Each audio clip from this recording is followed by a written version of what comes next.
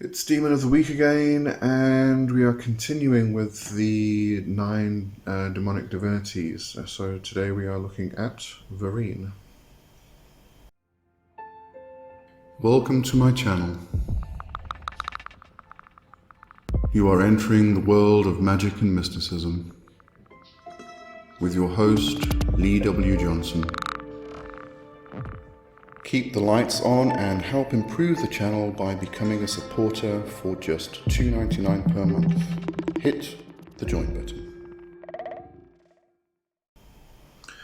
Okay, so Verrine, the Enigmatic Daemon of Healing. Right, let's just go into the correspondences first. Now, just in case you're not aware, this Verrine is actually very much associated with the Ducant hierarchy. So you'll find a lot of mention of this within Connolly's works.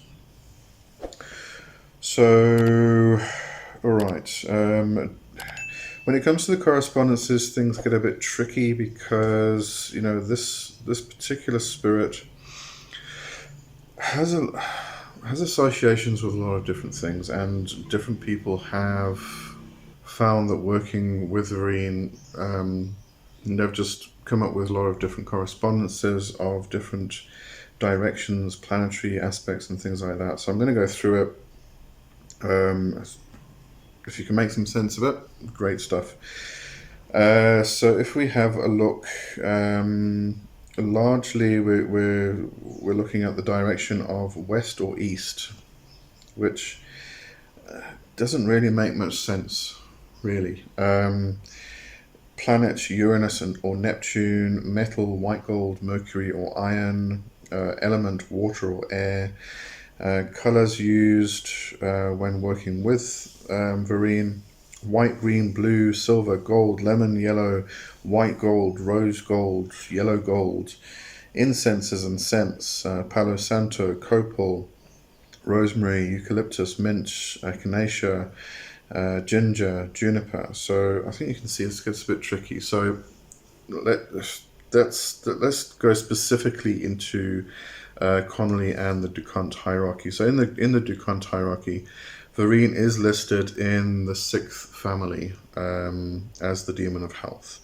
It's the positive polarity. The direction is noted as being northwest. Colors are blue and white. The month is November, season late autumn, and the elemental aspect and humors are cold, which is water transformed to earth, but also in the Ducant grimoire as every part of water and later assigned to water. So we definitely have it is a very airy, watery type of elemental aspect. Now, my own placement of Verrine would be in the position of Beltane on the compass itself. So if we were to view this, I'm going to view it from the perspective of people in the Northern Hemisphere, because most of my viewers are in the Northern Hemisphere. So if we place Beltane on the compass, let's start with Imbolg. Imbolg is still within the dark half of the year before we get to the spring equinox, which is in the east. So Imbolg would therefore be in the northeast, and that's where I place Ansere. The reason for that is that this is the time when the seed's still in the ground, so it's being covered by the earth. It's still dark, so as I said, it's still part of the dark half of the year, but it's starting to germinate. It's then during spring equinox that it breaks through the ground and starts to flower. And then in the position of the southeast, so I have to switch everything because I'm in the southern hemisphere. So in the southeast we then find Beltane, and that's where I place Verrine, because we've had the germination, we've had the breaking through of the plant, the new life. This is all part of new life. And Seta is the creation of new life, and then we come round to the health and the well-being and healing and the healthy aspect of life itself. and then it continues around the circle. So we go from Ansere, which is the creation, the germination of the seed in the ground, through to Verrine, which is the healthy plant. We can relate this to person or plants or animals, whichever. Then we go through around to Amdusius, who is the dying aspect. So it's the destructive aspect. It's the old age. So this is where the plant or the person becomes old and withered and dies. And then around to Eurynomus, who is the aspect of the underworld. And then the cycle continues again. So it goes from Ansere in the northeast round to Verrine in the southeast, which is kind of the opposite of where Connolly and the Descartes hierarchy place Verrine, because they place Verrine in the northwest. But that's my own personal interpretation anyway.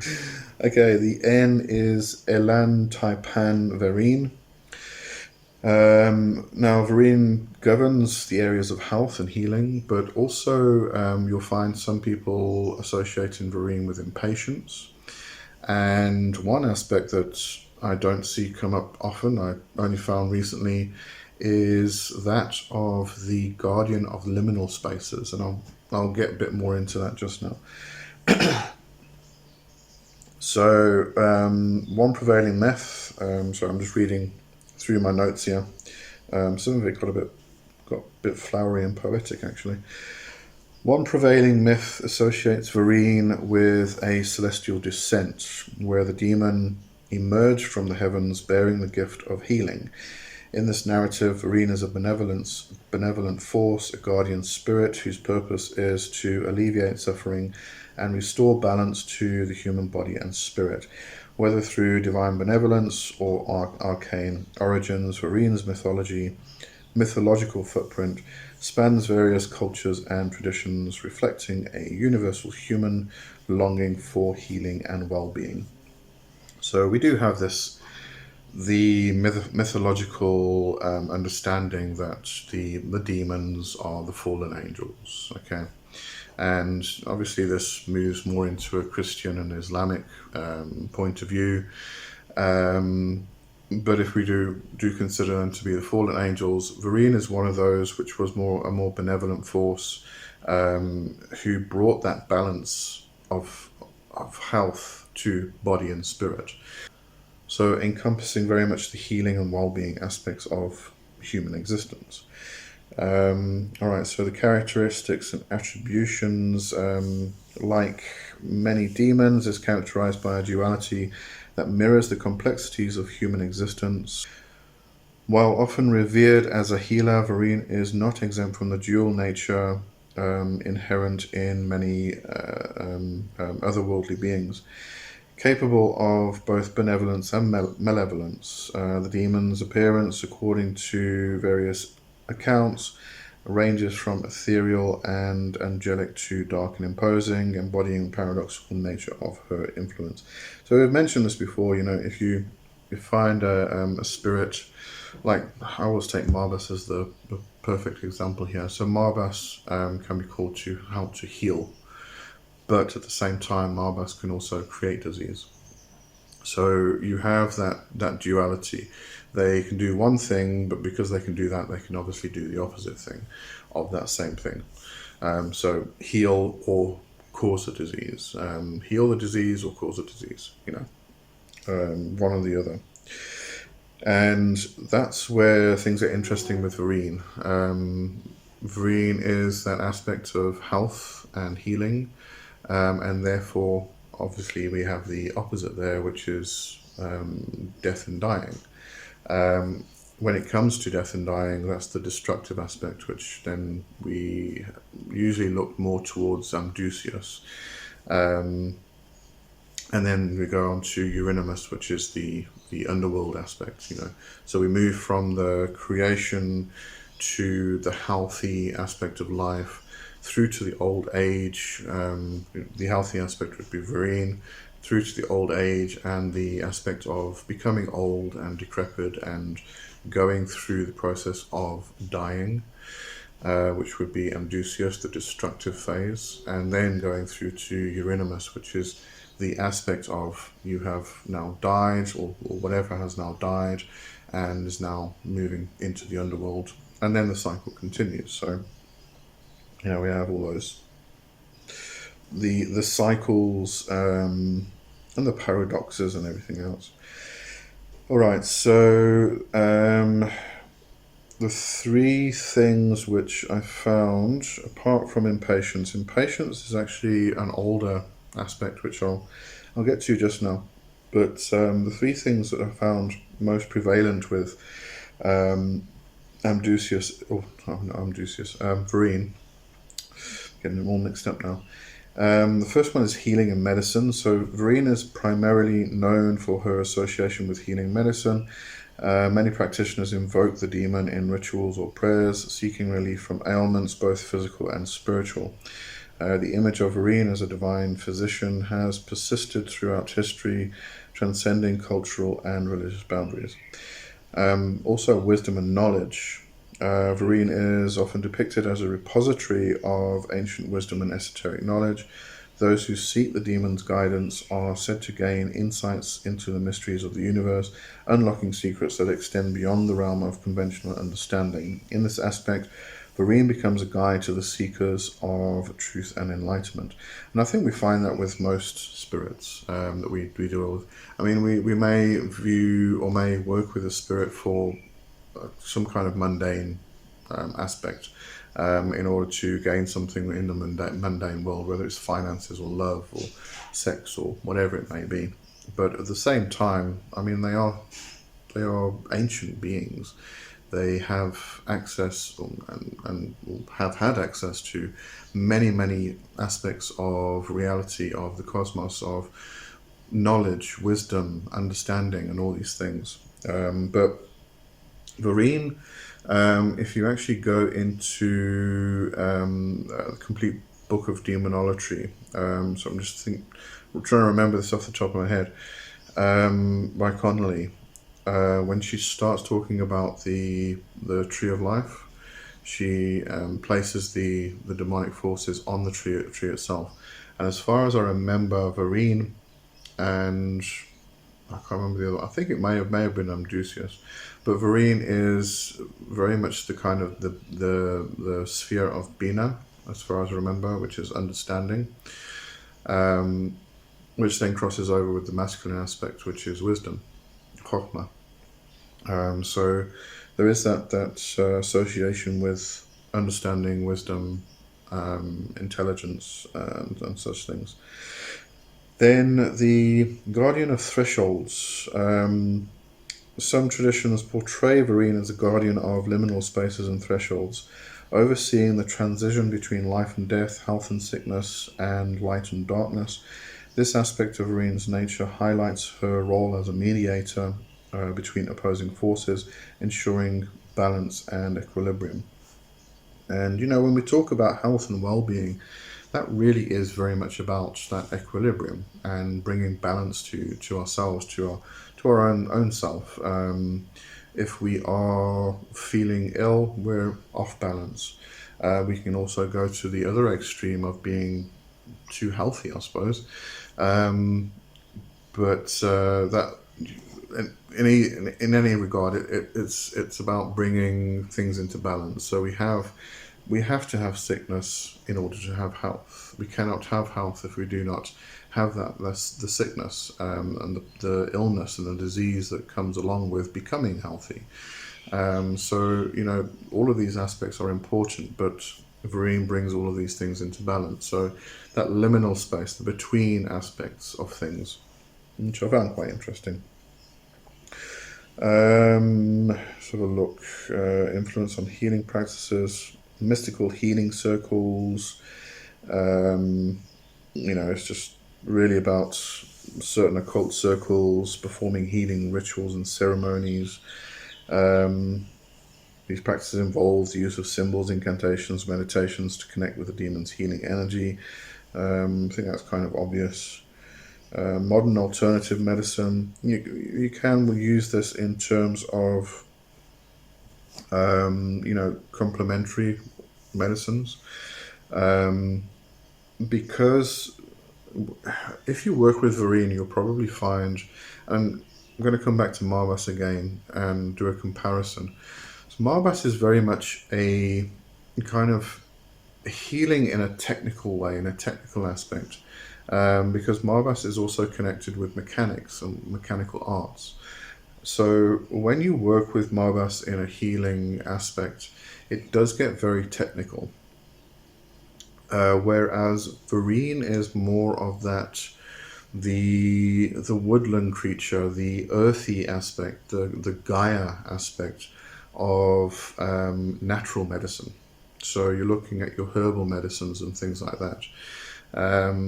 It's kind of like it actually feels very much like Verrine is kind of like the folk magic, whereas Marbas is more the ceremonial magic, very precise, very defined, and mechanical. So there's a big difference between the two, but obviously, you can use both of them, and you get a holistic approach, really, if you use both of them. Getting into some specific mentions of Verrine, David Thompson in Demons of High Magic mentions that Verrine prefers to work in a holistic method. Okay, that was just mentioned anyway. Leading one to more natural remedies for ailments, but she will also assist any medical professional working for you in uncovering the cause of a particular illness. She will also work to make the treatments more effective. In one case, she facilitated the peaceful crossing over of the ill person who was in the end stages of inoperable cancer. And that's also something you need to bear in mind when it comes to healing, is that sometimes the healing itself is death. And again, we come back to that guardian of the liminal spaces, or guardian of the threshold, and the balance and the equilibrium that we find. Healing is not always about bringing ourselves into a healthy, or bringing our bodies into a healthy state. Sometimes, in some cases, healing is about relieving pain in order to allow the person to actually die and pass over. So once we've died, we can then continue or carry on with the cycle again. So that cycle never ends. So death is not the end, really. I think in a lot of today's society, we do consider death to be the end, but it's not. It's just another door that we go through.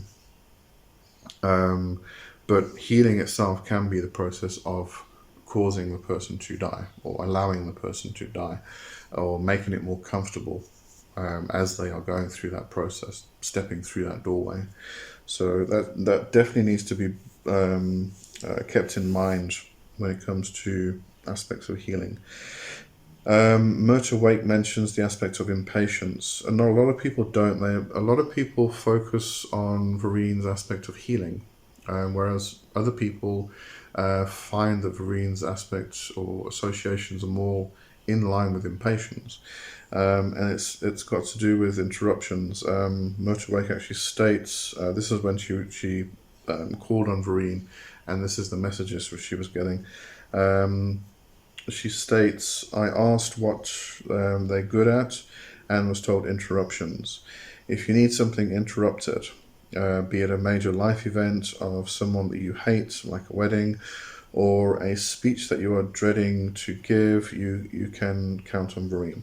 So I do find it interesting that a lot of people find that Verrine's main focus is healing, and other people find that the main focus is impatience, because Myrta Wake actually asked about the healing aspect, and the reply kind of was, well, I can do that, but I prefer this.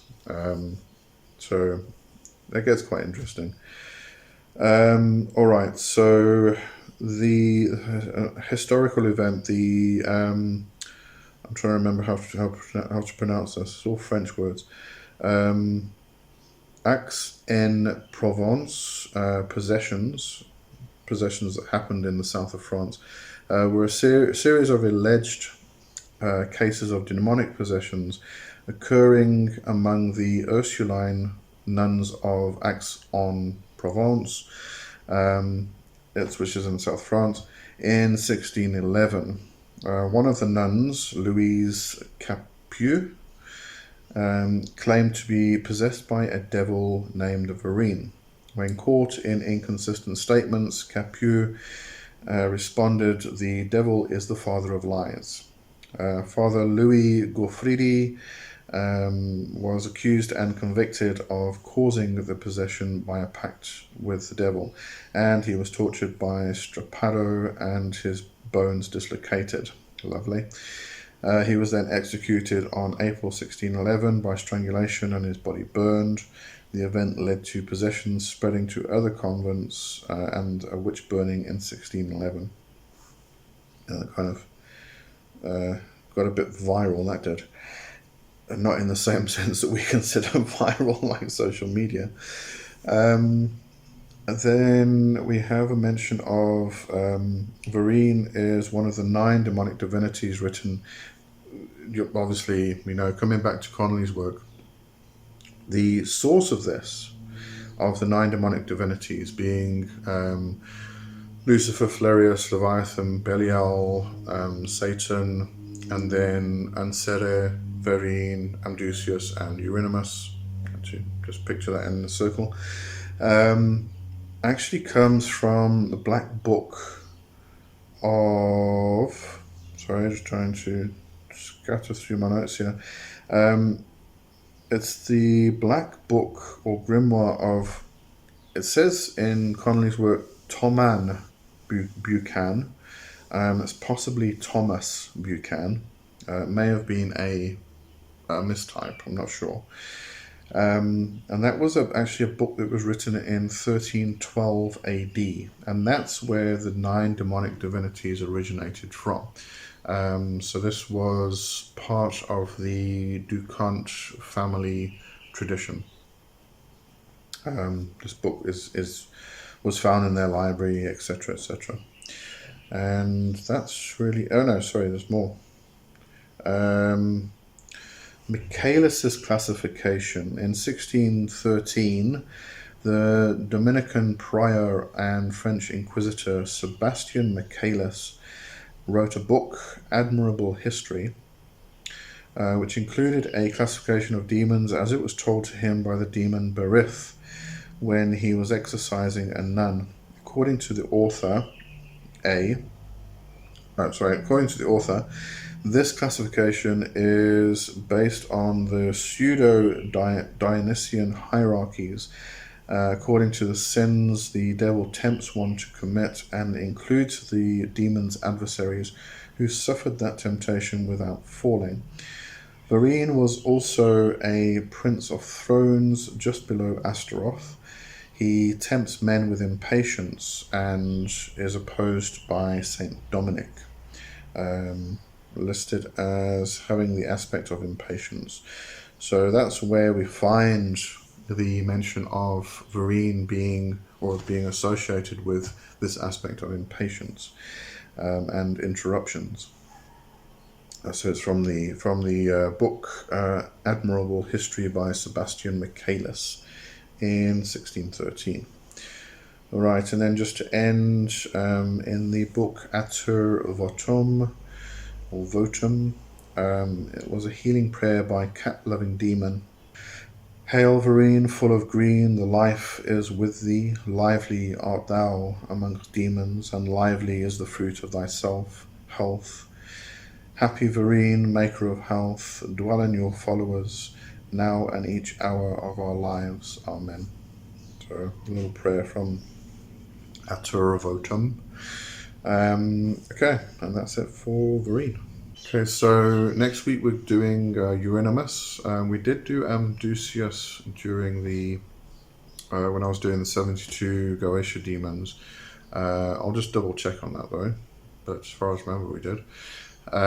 So next week we should be doing Eurynomus, and then we're actually done with the 9 demonic divinities, and then we'll go on. I'm going to Pazuzu after that, and Lilith and the Lilu.